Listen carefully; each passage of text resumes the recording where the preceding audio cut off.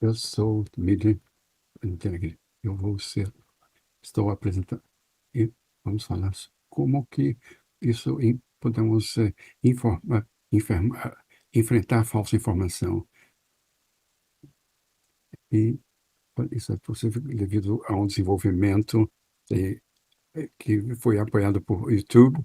Ah, Se você quer ouvir o nosso vídeo, ele pode ser descarregado. ah,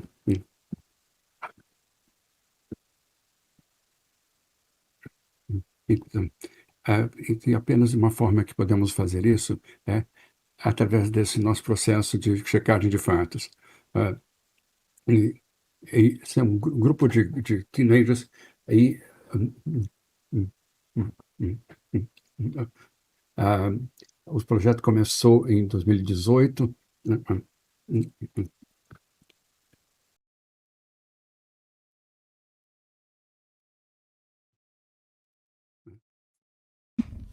No Instagram, não perdendo a informação, mas passando pelo processo de como as pessoas podem fazer verificação. Em outubro de 2019, começamos a publicar artigos e, a partir de então, temos estado incluindo nossos vídeos em artigos e temos conseguido apresentá-los para revisão.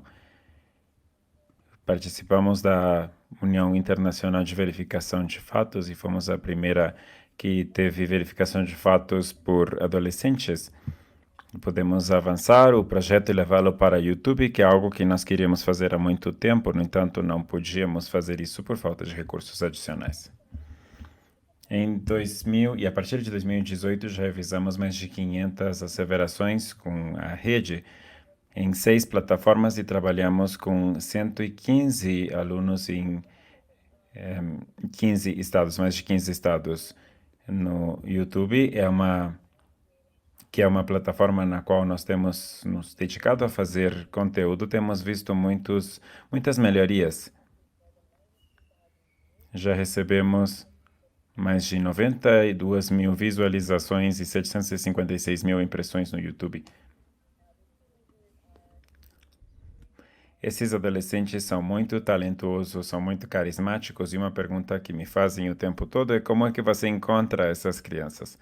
Quando nós recebemos a subvenção, nós sabemos que era muito importante para o sucesso da série poder encontrar adolescentes que se sentissem confortáveis na câmera para toda a série, mas também queríamos que tivessem alfabetização de mídia para poder ter verificadores de informação na câmera e fora da câmera, e foram muito competitivos. 95 candidatos muito fortes mostraram interesse no projeto. Finalmente escolhemos 12 estudantes, o mais jovem de 13 e o mais velho de 18.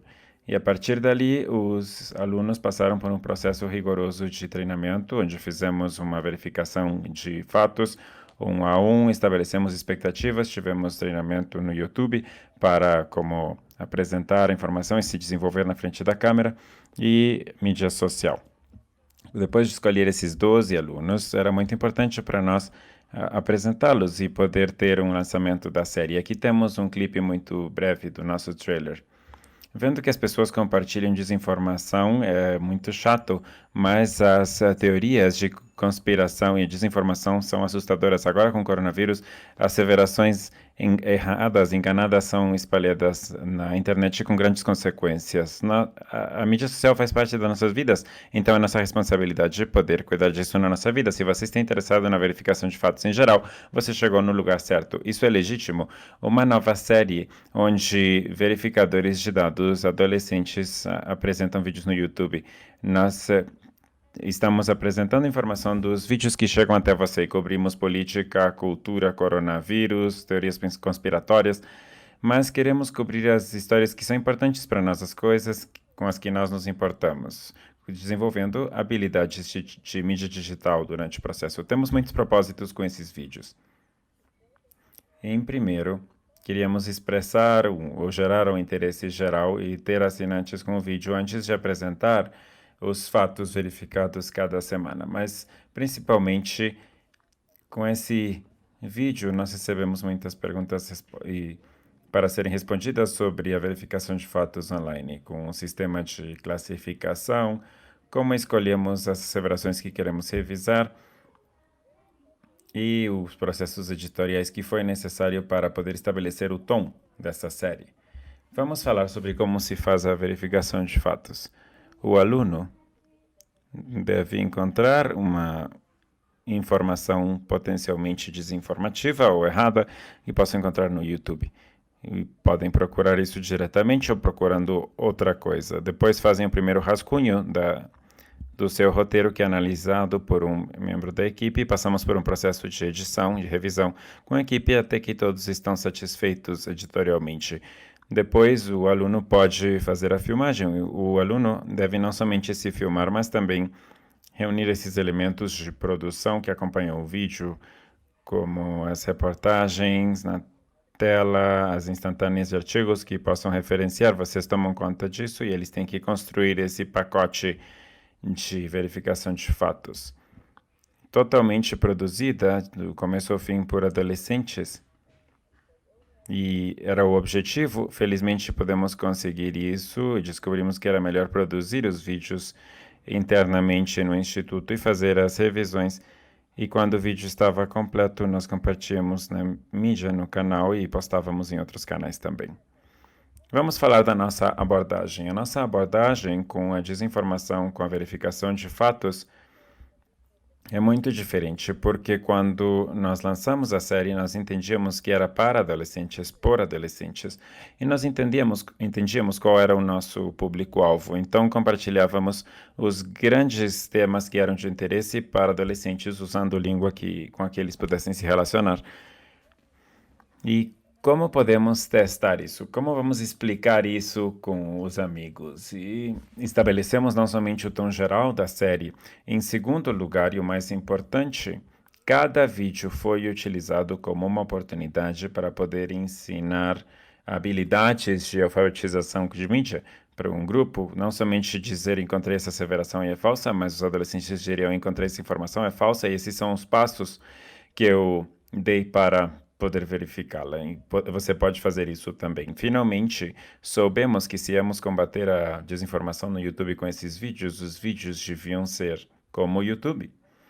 Nós queríamos manter o humor, o entretenimento, que são as principais categorias da plataforma, então nós sabíamos que essas séries tinham que encontrar uma linha entre educacional e entretido ou divertido. Que isso quer dizer que alguns dos vídeos eram engraçados. Vamos falar sobre esse vídeo chamado Do You Love Me? De Boston Dynamics. Vejam só.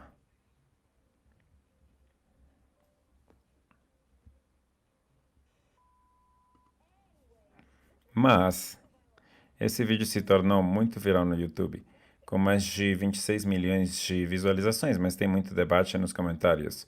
Há comentários como, os robôs estão tomando controle, mas há muitas pessoas que dizem que isso foi feito no computador e mal feito. É real, estamos na hora de descobrirmos se isso é legítimo.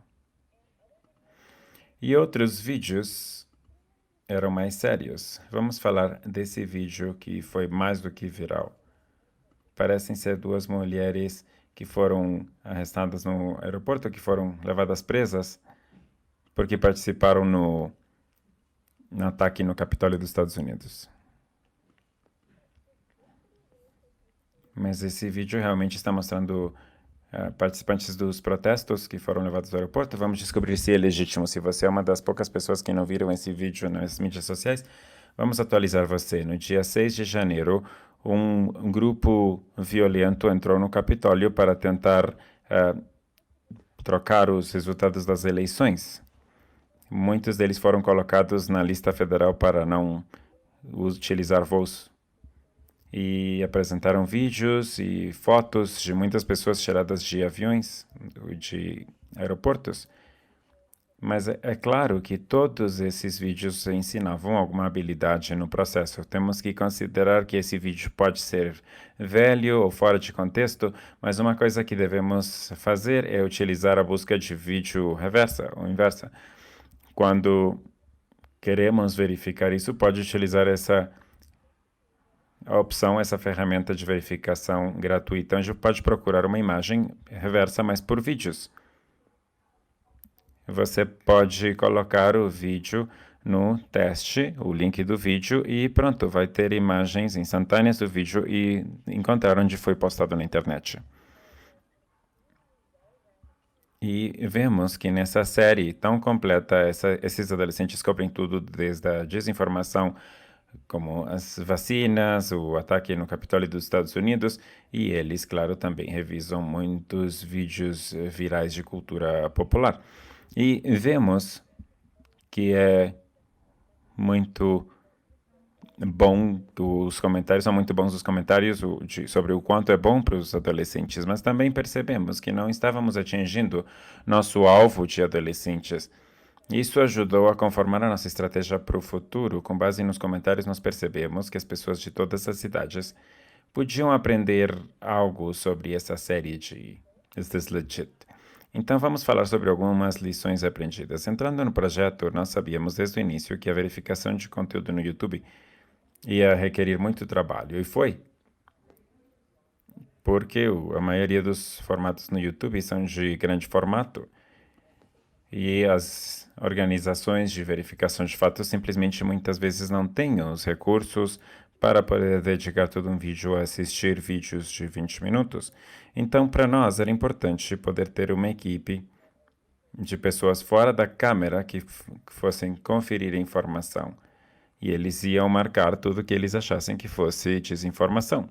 Claro que trabalhar com jornalistas, estudantes jornalistas, também exige um horário de expediente muito maior para revisar as histórias do Instagram.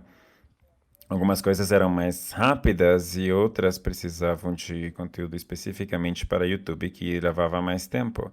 Então, mudamos o nosso processo de script, ou de roteiro, para que esses vídeos continuassem sendo relevantes. Temos muitas conversas focadas sobre planos.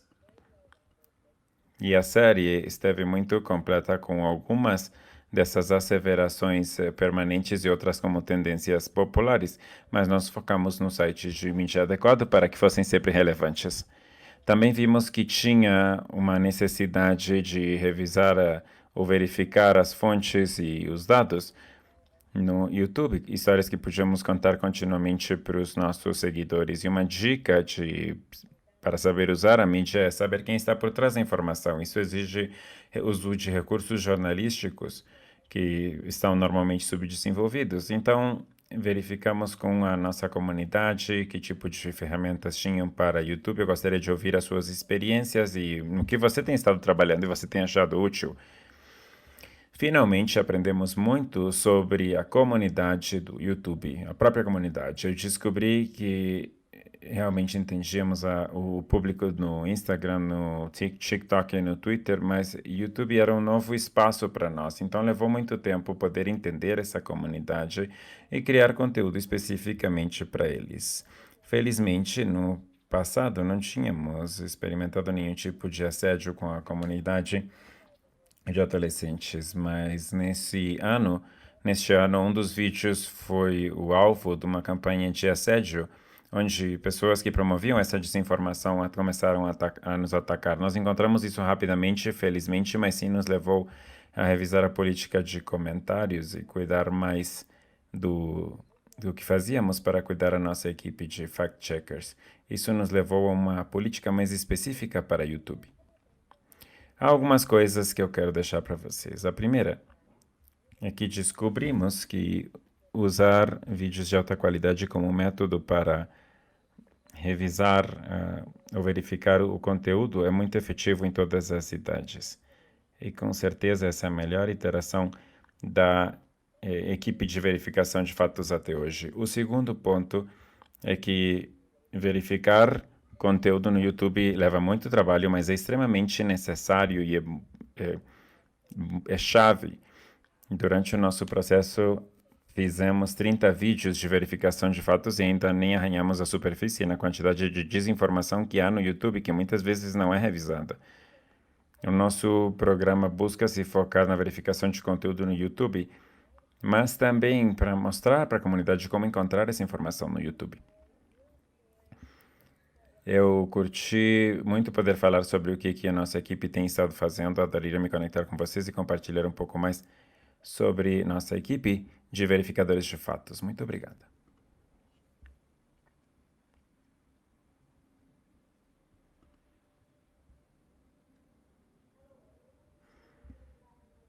Oi, todos. É um prazer ter a oportunidade de falar sobre essa plataforma de Sinomie. Eu sou Danira Karovic e eu sou a gerente de Sinomie e eu sou editor da Stinomie. Stinomie é a primeira plataforma de verificação de fatos da Bósnia, que foi fundada em 2010. Durante o processo de eleições da Bósnia, onde acontecia a desinformação em todos os âmbitos, e também revisamos as declarações de diferentes atores. Hoje temos mais de 1.000 declarações revisadas na verificação de fatos quanto à veracidade, mais de 500 declarações em consistência ou congruência e mais de 1.000 promessas feitas por candidatos políticos nos seus programas políticos. Também somos membros da Rede Internacional de Verificação de Fatos desde 2017. Nosso trabalho diário consiste principalmente em escrever e polir artigos e histórias sobre declarações políticas por oficiais, por políticos e partidos, e fazemos isso medindo as conquistas também dos sucessores quanto ao conseguido pelos partidos políticos, pelas coalizões e associações. Também verificamos como foram cumpridas as promessas eleitorais a partir de 2008. E a partir de janeiro, nós também temos incluído tudo isso na nossa plataforma e pensamos continuar fazendo isso no futuro. E queremos mostrar como aprendemos das más decisões que já tomamos, porque esse governo era um ponto de interesse também para o público geral. Também Stinomie faz muito monitoramento do cumprimento de promessas dos governos locais, algo que nós fazemos a partir de 2008. E o governo local definitivamente é o nível de governo mais interessante para o público em geral, porque as pessoas podem se relacionar fortemente com esses temas. Eu vou falar sobre os temas que nós mais cobrimos e sobre essa jornada interessante para poder cobrir os meios locais no nosso país. Como foram as coisas no início? Quando começamos a plataforma alguns anos atrás, o mais importante era fazer isso rápido. Fazíamos em 20, 30 minutos a publicação da verificação de fatos do que acontecia na Bósnia em termos das eleições. No início, nós não entendemos como chegamos na ideia do trabalho inicialmente e nós entendíamos que era uma questão de velocidade na Bósnia e sobre como comunicar a importância da verificação de fatos no país, mas tem muitos artigos que antes não eram utilizados, não eram feitos e agora são utilizados de forma excessiva pelos grupos políticos discutindo muitos desses projetos, trabalhos, promessas dos políticos. Nas eleições, nós reconhecemos também muitos dados sobre as publicações internas domésticas, mas a mídia e os atores políticos estão trabalhando nesse período de eleições. Por exemplo, vemos muitas solicitações de informação feitas para instituições nacionais que não são respondidas, mesmo sendo muito importantes nacionalmente. A situação atual é muito diferente do que tinha no início. Agora a Stinomie já se estabeleceu como uma instituição objetiva para análise das políticas oficiais e dos políticos e as questões eleitorais, e temos adotado as melhores práticas do setor governamental e de revisão do setor eleitoral e político. Também temos uma série de promessas não cumpridas, já identificadas no passado de diferentes maneiras, e com isso podemos apontar para um dos governos que são os que mais precisavam de verificação dos fatos, e vimos que eles não cumpriam nem 10% das suas promessas, mas o âmbito local é muito diferente. A maioria do trabalho é feito, ou a maioria só cumprem 15% das promessas e outros chegam até 84%. Mas o interessante que nós também percebemos é o aumento no cumprimento de promessas também no âmbito nacional do governo. E vemos uma maior dedicação aos anos anteriores, quando começaram a fazer até 30% das suas promessas, do total de 104 promessas a partir dos primeiros 100 anos de trabalho, dos primeiros 100 dias de trabalho, perdão. E esperamos aumentar, ou que aumentem no final do mandato. Também vemos que a mídia tem estado constantemente cobrindo o trabalho, ou esse tipo de trabalho, principalmente nas promessas de reeleição.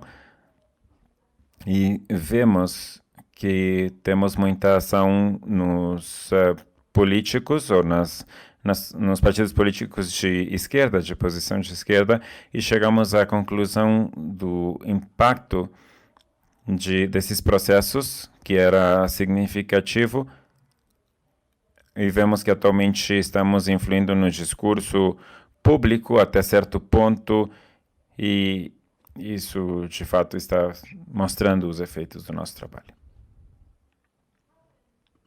Como conseguimos fazer isso? Definitivamente, há muitas coisas que gostaríamos de enfatizar, mas nós queremos garantir que somos profissionais e consistentes na nossa metodologia, e definitivamente temos advocacy e campanhas contínuas.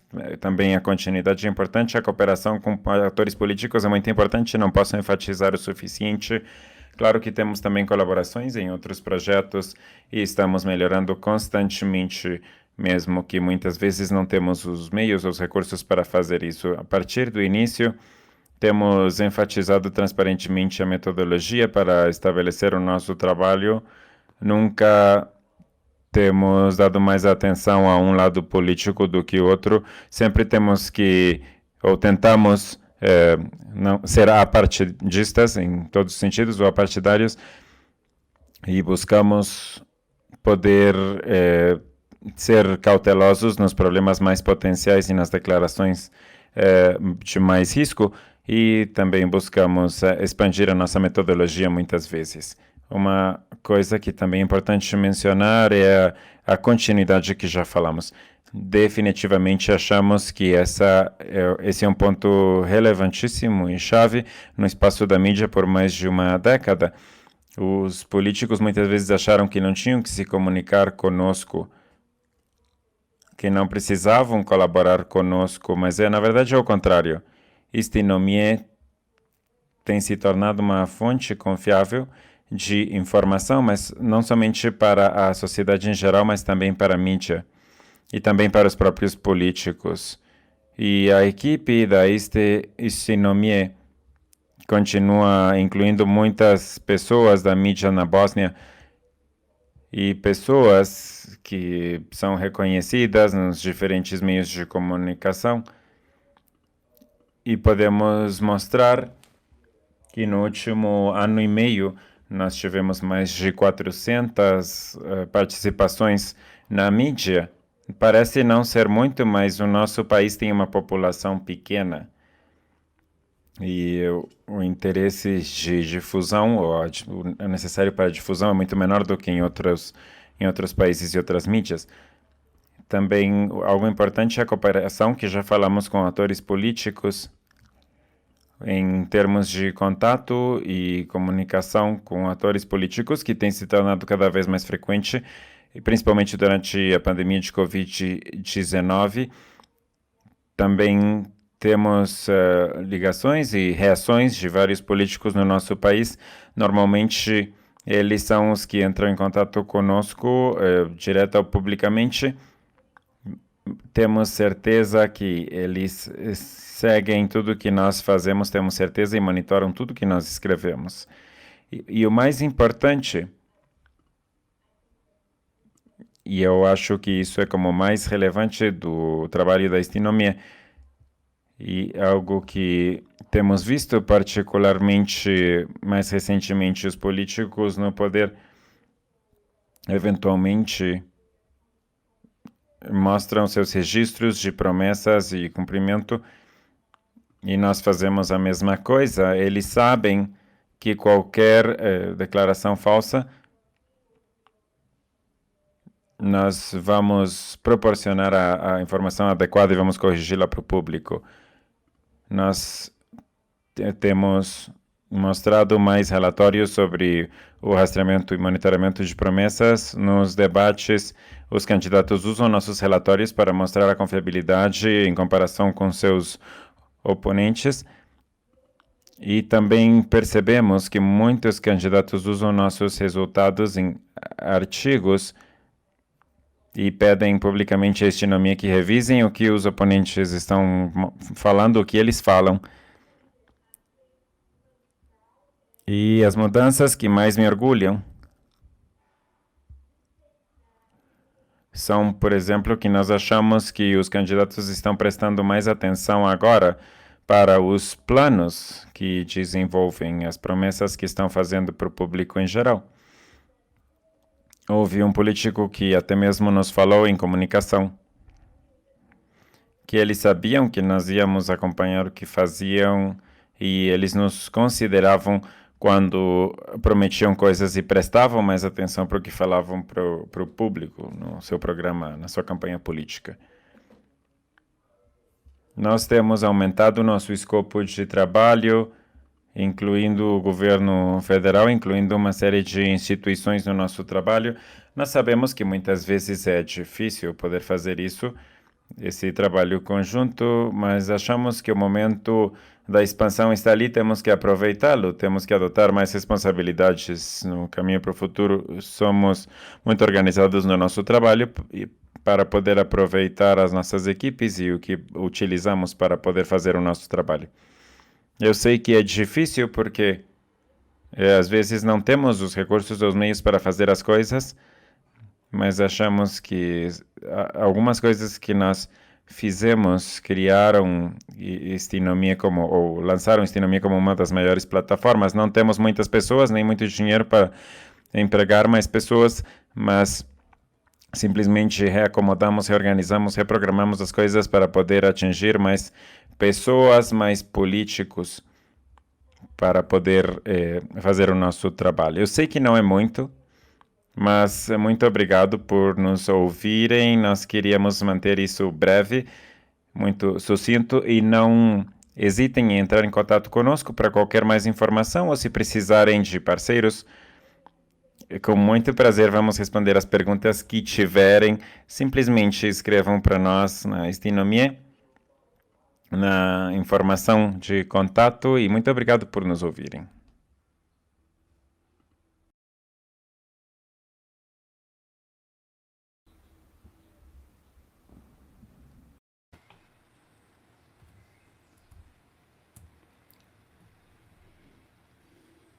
Alô, todo mundo. Meu nome é Sarpa Eric e eu toco um sistema de monitoramento e avaliação de informações que impacta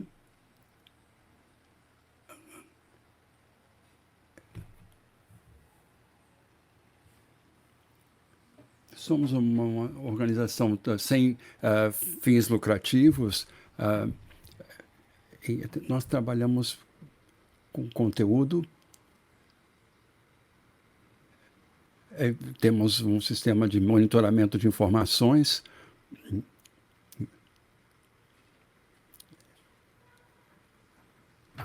Apesar de que a verificação do fact-checking é a nossa área principal de atividade, temos outras também. Temos material educativo Só para citar alguns poucos, entre várias atividades que temos,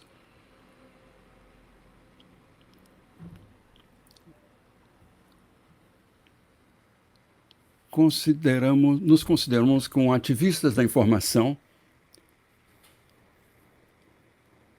e, além de verificação de fatos, nós fazemos trabalho investigativo também.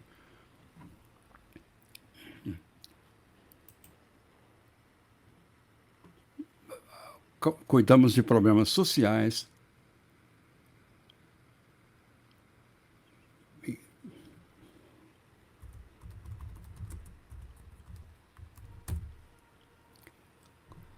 Consideramos a verificação de fatos como uma forma de ativismo.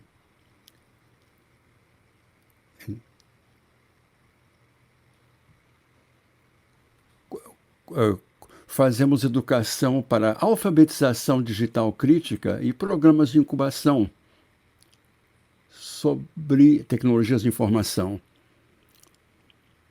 E, resumindo, usamos a informação para promover a mudança social e nos consideramos ativistas de informação. Como isso impacta?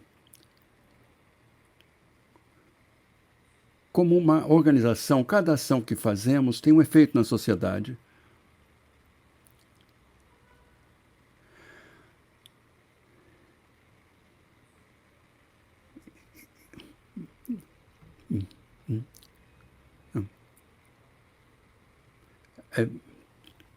Então, nossas atividades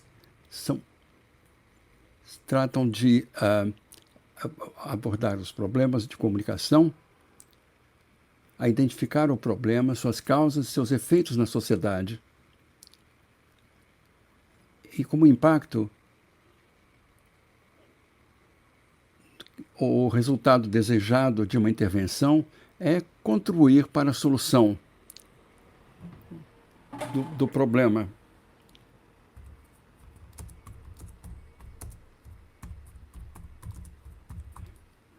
E, ao projetar as nossas intervenções, os 3 estágios: planejar para a mudança, acompanhar a implementação e avaliar a mudança.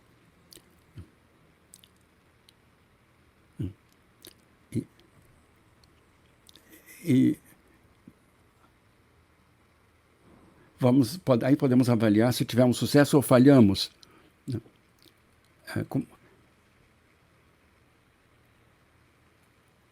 A fase de identificação do problema começa em observar o problema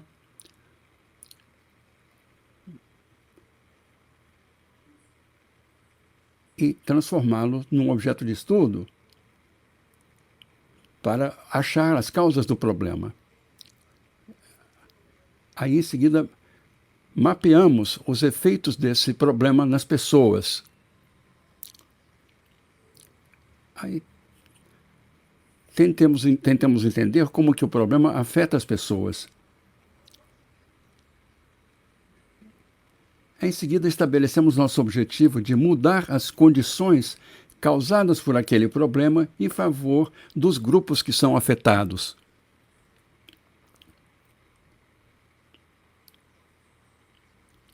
Os grupos que são afetados pelo problema.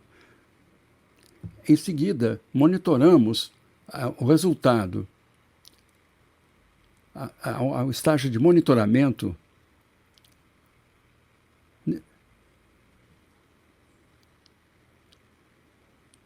nesse estágio, nós verificamos os resultados e os resultados esperados de nossas ações.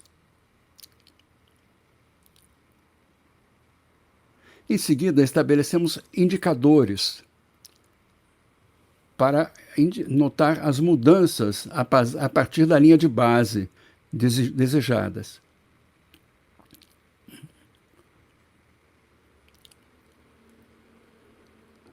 E depois de exercer nossas atividades, nós mantemos um registro para identificar as falhas e as melhores práticas.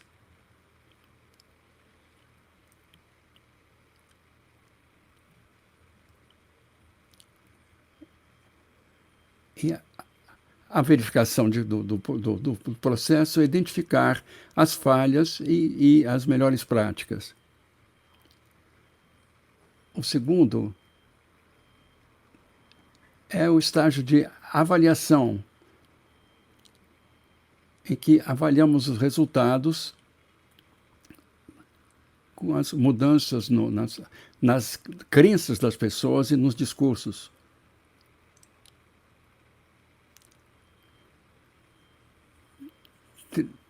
Tentemos fazer mudanças concretas na atitude das pessoas. Como medir a mudança na atitude na crença das pessoas? Fazemos pesquisas com grupos de foco e, quando necessário, fazemos experiências em grupos de controle no mesmo tipo de experiência.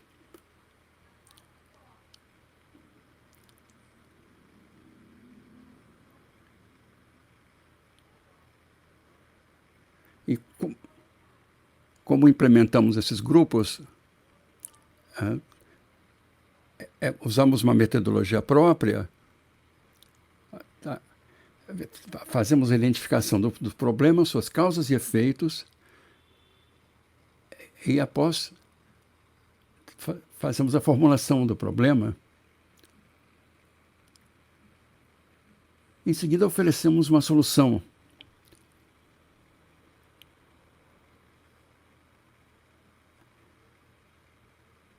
E fazemos com que a nossa ideia traga mudanças. Como trazer essa mudança a favor dos grupos que se beneficiam.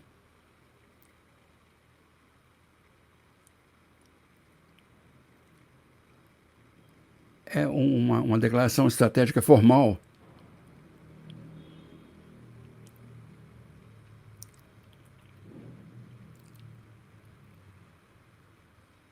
Há dois níveis de resultados. O primeiro nível é o impacto, o outro são os objetivos. O impacto é o nosso objetivo final,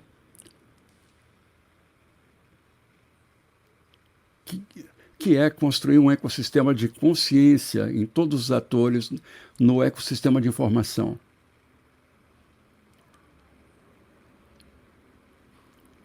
E atingir certos objetivos de menor escala. O primeiro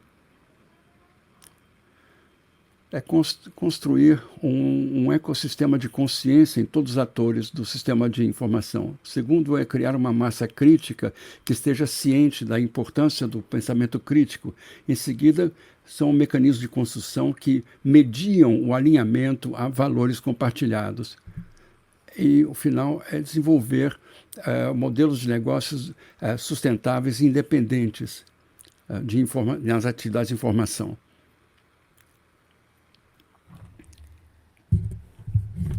Em seguida, passamos para a mudança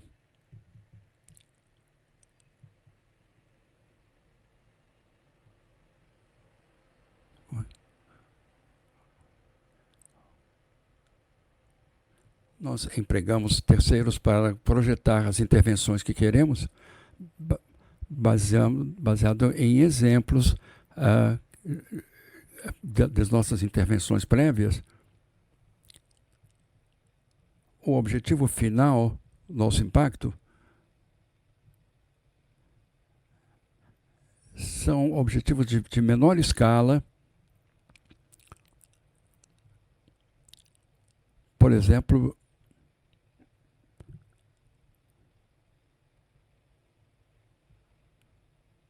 o objetivo final é criar uma massa crítica de consciência sobre a importância do pensamento crítico. Outro corresponde a um desses 4 objetivos. quando eles se combinam, eles podem contribuir com o impacto do nosso objetivo final. Logicamente, as intervenções têm um outro objetivo, porém, como eu disse,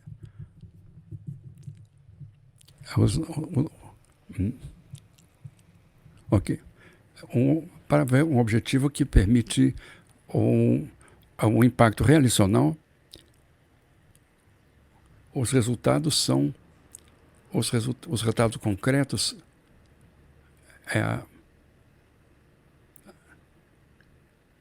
que desejamos obter, escrevendo sobre o que devemos fazer para chegar a esses objetivos. E a resposta é a base.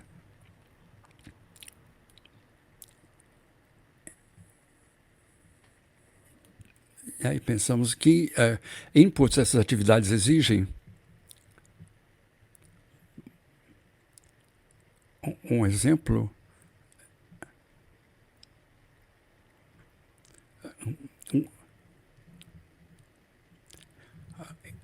indicadores, meios de verificação e assunção de riscos. Os indicadores são as métricas que para julgar o sucesso ou insucesso das nossas ações e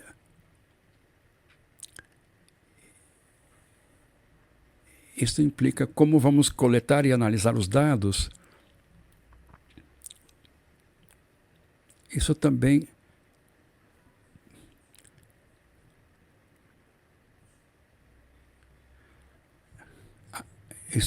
avaliar o resultado antes de tê-los. Então, este formato se transforma numa espécie de plano de trabalho. Nesse formato,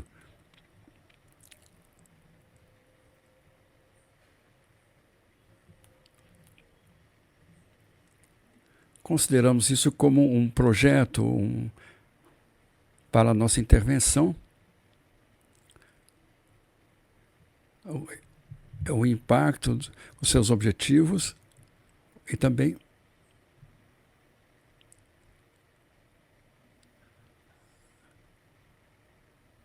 nós anotamos os nossos indicadores também nessa tabela. Não apenas um plano,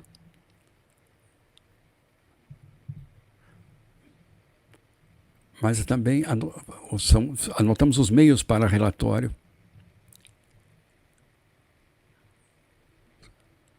Vocês podem perguntar por que fazer isso tudo? Para poder implementar nossas atividades? Porque temos que saber o impacto de cada iniciativa.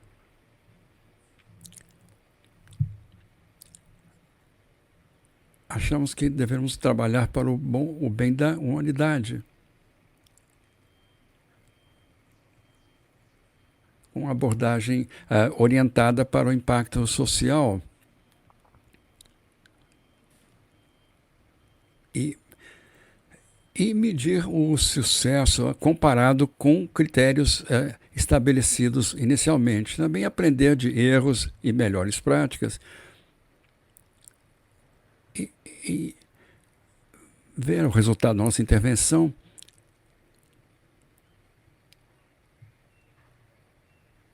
Assim podemos avaliar o nosso efeito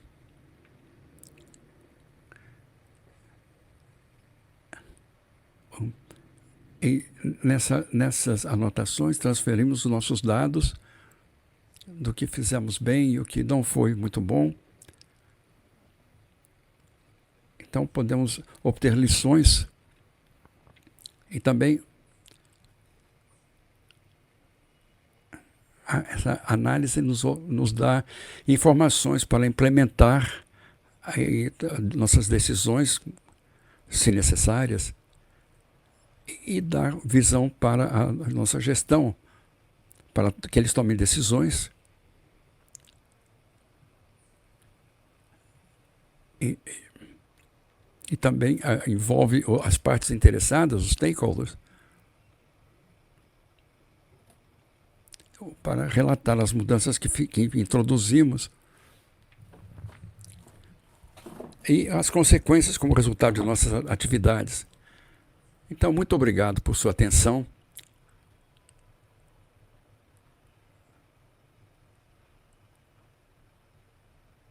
Eu tentei mostrar o impacto das nossas ações.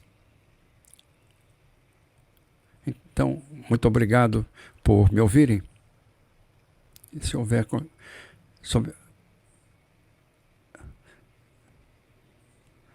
Se tiverem perguntas, por favor, me contactem através do nosso website.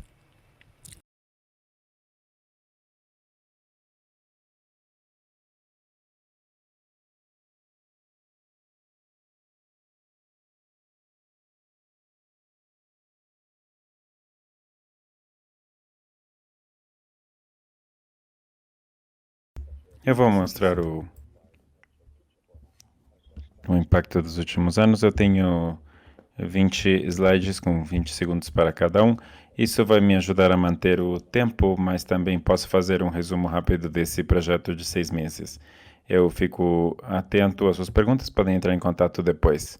Para poder iniciar as coisas, eu vou me apresentar. Esse sou eu nos tempos mais felizes pré-pandemia. Eu sou Ross e sou líder de comunicações e fatos. É um prazer poder liderar os verificadores de fatos, trabalhar com as campanhas aqui no Reino Unido. Nós tentamos encontrar a informação inadequada e fazemos isso porque ela estraga vidas. E eu acho que é mais dramático quando experimentamos em pessoa, como muitas pessoas nós vimos diretamente como isso impacta as pessoas em 2020. E vemos como tem um impacto nos comentários da nossa mídia social, nos nossos processos e também como estão emergindo novas asseverações erradas ou enganadas sobre curas ou técnicas de prevenção sobre coronavírus. No final do ano, o foco passou para as vacinas. Muitas dessas perguntas e com muitas dessas declarações, nós temos que encontrar e apresentar as respostas nesse site. Nós somos conhecidos pela alta qualidade e como são oportunas nossas verificações de dados. Nós buscamos ampliar o escopo e acessibilidade da nossa informação. Buscamos usar diferentes tipos de formatos para que mais pessoas possam ser atraídas pela informação nos seus feeds de notícias. O nosso ponto de início foi nos últimos anos como trabalhar com a operação dessa informação e como poder fazer melhor a nossa verificação de fatos. Assim, não tínhamos que começar a pesquisa do zero, já tínhamos algumas interações e ferramentas nos nossos iPhones para encontrar os cabeçalhos adequados e diferentes usos de imagens. Nós fizemos essa combinação como uma lista de verificação para verificadores de fatos nas salas de redação. Podem encontrar esse documento no nosso website. E um dos achados que nós queríamos explorar nesse projeto foi o uso de rostos reais e comunicações de boa informação, particularmente construindo confiança no nosso público e buscando melhorar alguma parte do conteúdo que já estávamos produzindo, porque é algo que nós já tínhamos com rostos. Promover a participação em outra mídia, por exemplo, falando no rádio, na televisão sobre nosso trabalho e utilizando oportunidades de compartilhar sobre nossa empresa. Mesmo nas participações de rádio, nós falávamos com os produtores para poder ter vídeo que pudesse ser apresentado pelos canais estratégicos de vídeo. Nós lançamos em outono passado a segunda série do nosso podcast e vamos ver como será produzido o Fact Digest cada sexta-feira também para poder fazer resumos de 1 minuto dos dados, poder falar diretamente com os ouvintes, principalmente num tempo tão isolado para muitos de nós, tem permitido poder criar um maior relacionamento com nossos participantes. Utilizamos vídeo online e nós vemos um aumento no uso de vídeo nos últimos anos e vemos como os influencers estão aumentando o uso ou espalhamento de informação inadequada. E nós usamos um formato de tela para poder desafiar esses vídeos e como desbancar cada uma dessas informações, fonte a fonte, uma a uma. Buscando explorar o vídeo nesse projeto, também achamos que havia muito mais para fazer no nosso sistema de gráficos ainda, principalmente em algumas plataformas. Transformamos nosso boletim, nosso newsletter, num carrossel que pudesse ser passado no Instagram.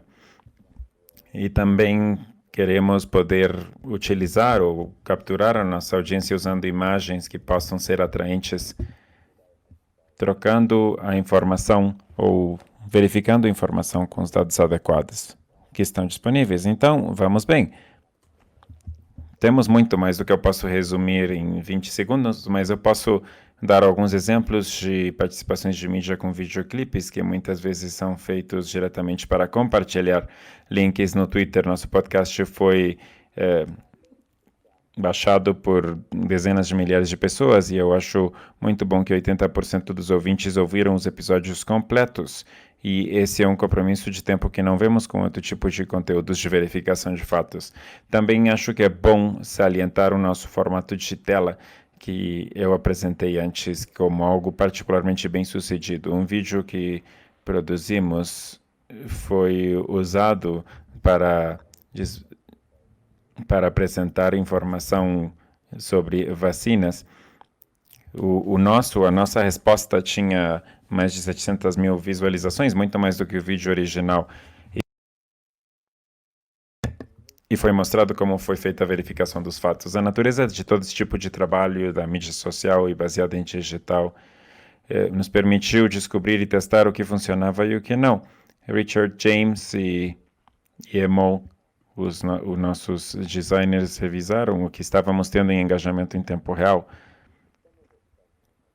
Algo do que descobrimos nos nossos testes nos surpreendeu, com a pesquisa na importância da informação. Numa das campanhas que nós fizemos, todas as imagens foram substituídas por uma pilha de jornais que mostram como revisar a informação é importante e não confiar sempre no que a audiência vai ter como resposta a um tipo de conteúdo ou campanha.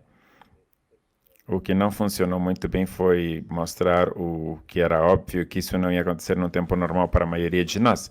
Estando com muita pressão, com mais lockdowns no Reino Unido, a verificação de fatos continuava sendo uma prioridade. Não é nenhuma surpresa que geralmente vimos melhor engajamento nos canais onde já estávamos mais estabelecidos, e YouTube não era um deles.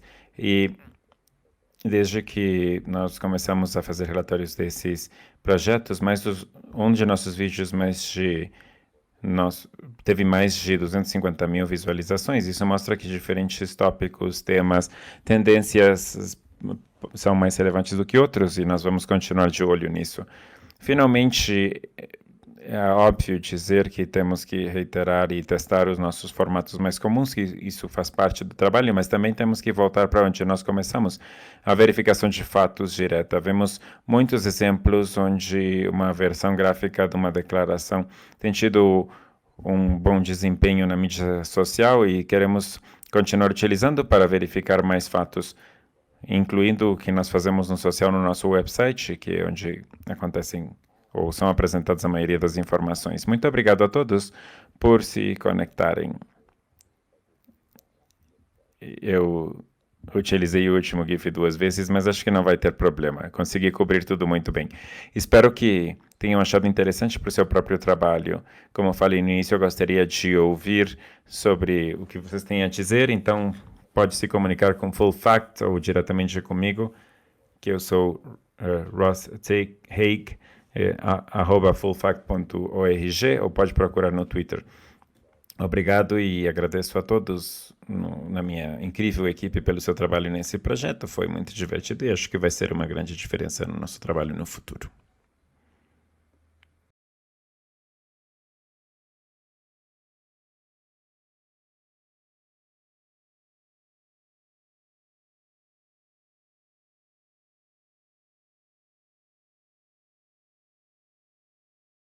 Uma iniciativa da Fundação Jornalística que começou em 2019 com as eleições nacionais da administração.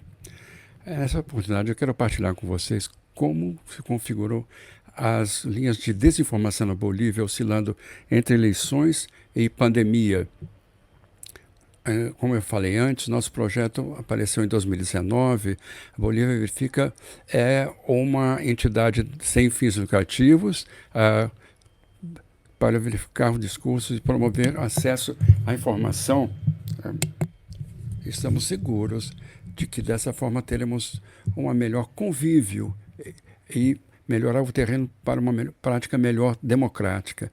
Fizemos o 1º de junho de 2019, levamos mais do que 2 anos combatendo as informações falsas. Isso surgiu para a cobertura das eleições de 2019. Como muitos já sabem, essas eleições foram inesperadas porque no contexto, na contagem de votos,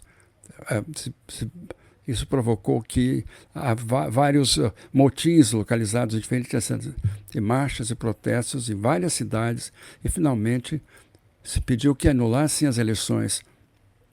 Isso deu lugar a uma crise social e política profunda aqui na Bolívia, com mortos, dezenas de mortos, e grande polarização política, tanto na rua como nas mídias sociais.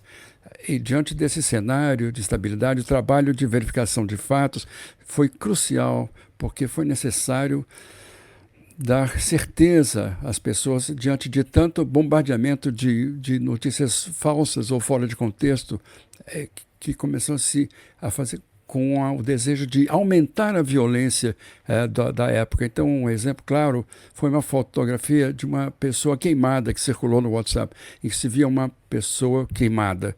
Isso provocou que uma turma de pessoas indignadas quisessem linchar uma pessoa que identificaram como sendo o responsável por aquela morte.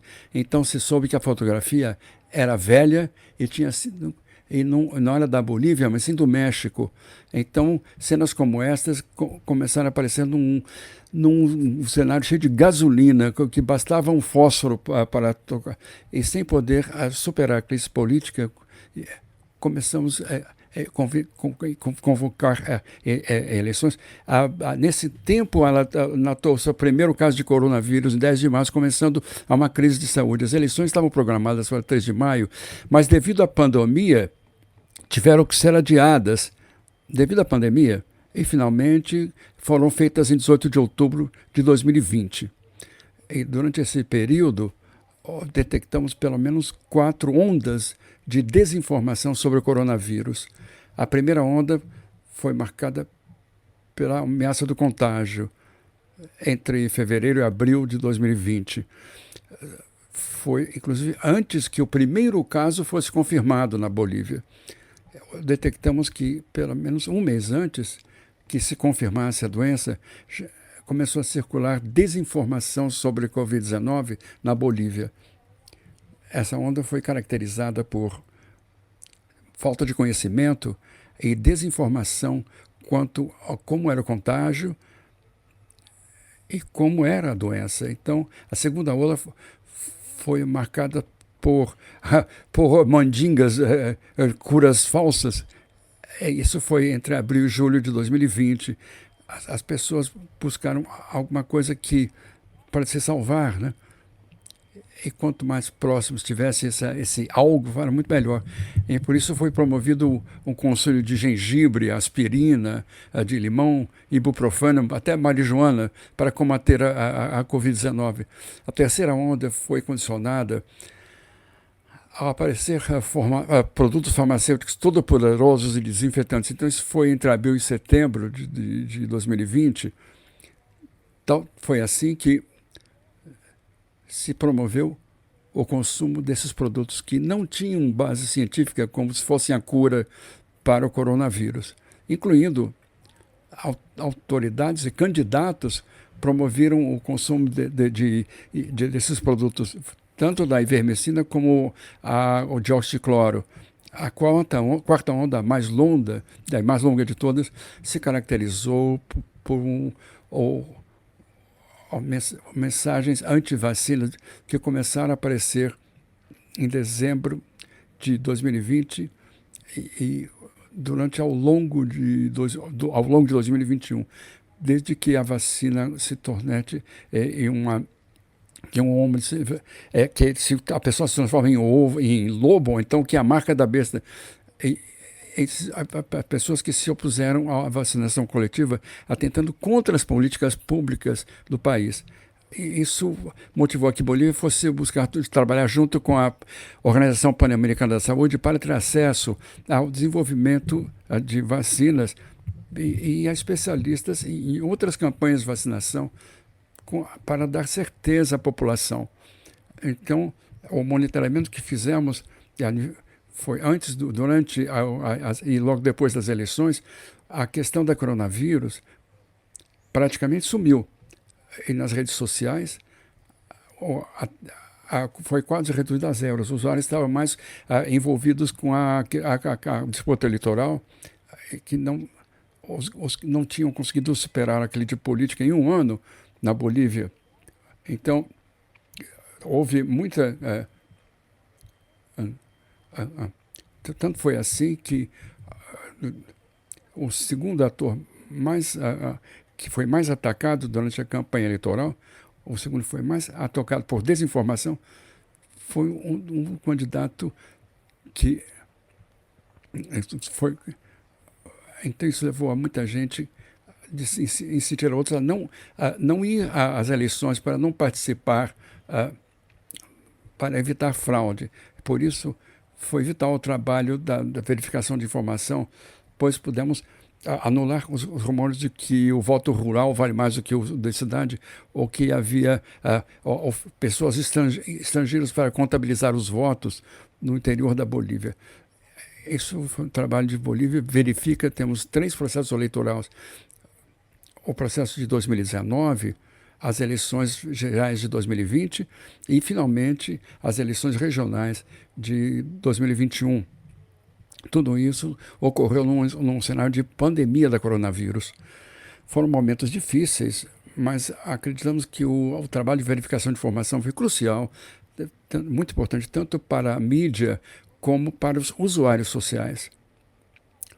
Para terminar, e fazer algumas anotações.